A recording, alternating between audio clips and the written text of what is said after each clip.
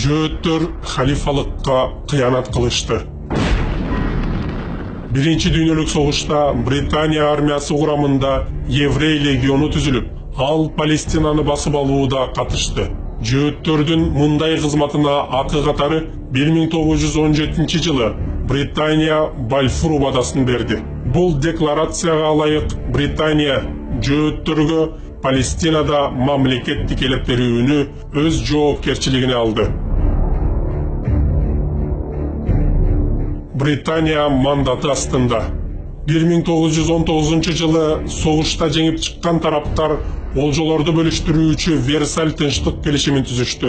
Анын алкагында кийин 1920 жылы апрелде болуп өткөн Сан-Ремо конференциясына ылайык Усмани халифалыкка тиешелүү жакынкы чыгыш өлкөлөрү Улуттар лигасы мандаты астындагы А класска киришти.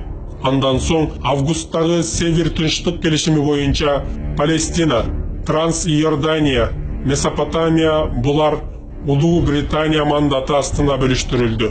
Британия агенти Лоуренс Аравийдин ортомчулугунда Файсал Ирак королу анын бир тууганы Абдуллах Транс-Иордания эмири болуп калды.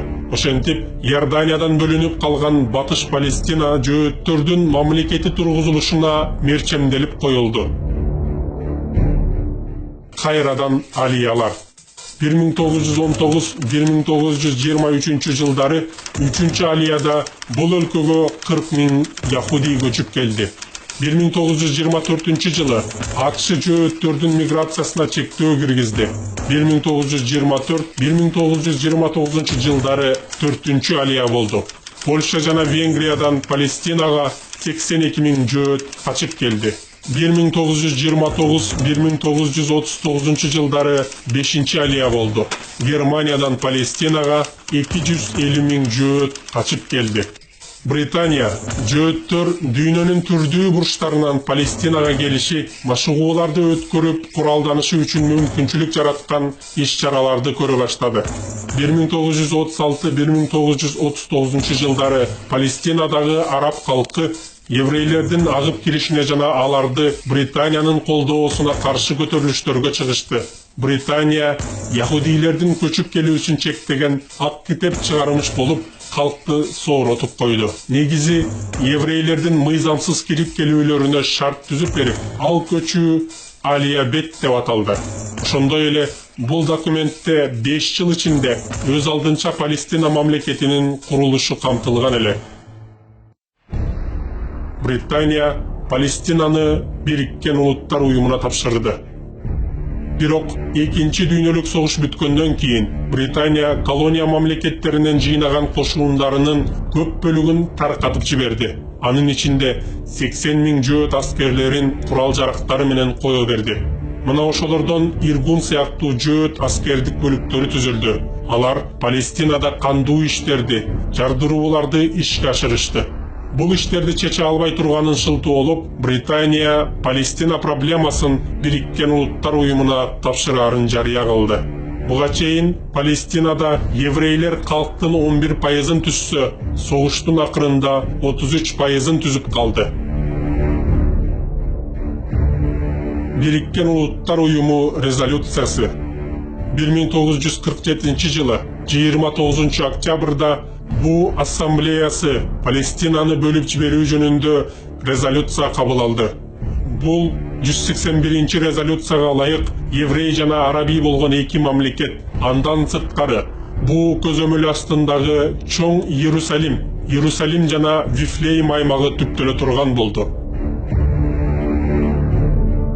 Израиль түптөлүп, араби Палестина курулбай калды. Бул планы Британия аскерлерин алып чыгып кеткенден тартып жүзөгө аша турган болду. Бул план шариятка тескери экендигинен сырткары да араб калкына карата адилетсиз бөлүштүрүү экени ачык эле көрүнүп турар эле.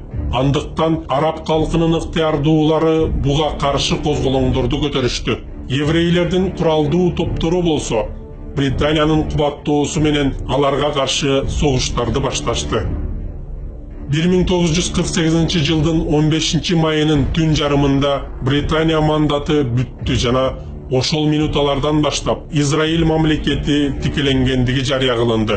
Ошондон кийин Палестинаны коргоо үчүн демиш болуп, 7 араб мамлекеттеринин кошуундары согушка алып кирилгендиги жарыя кылынды.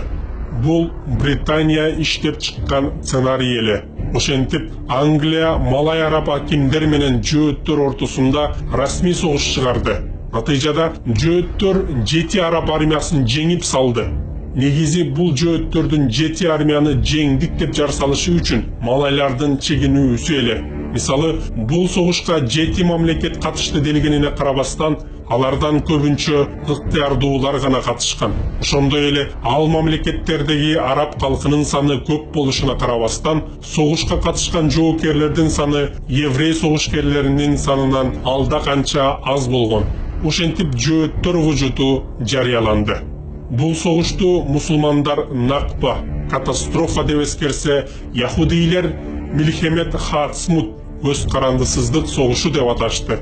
Бул жөөт мамлекетин ошол убактагы ири кафир мамлекеттер Америка, Россия, Британия жана Франциялар дароо тан алышты.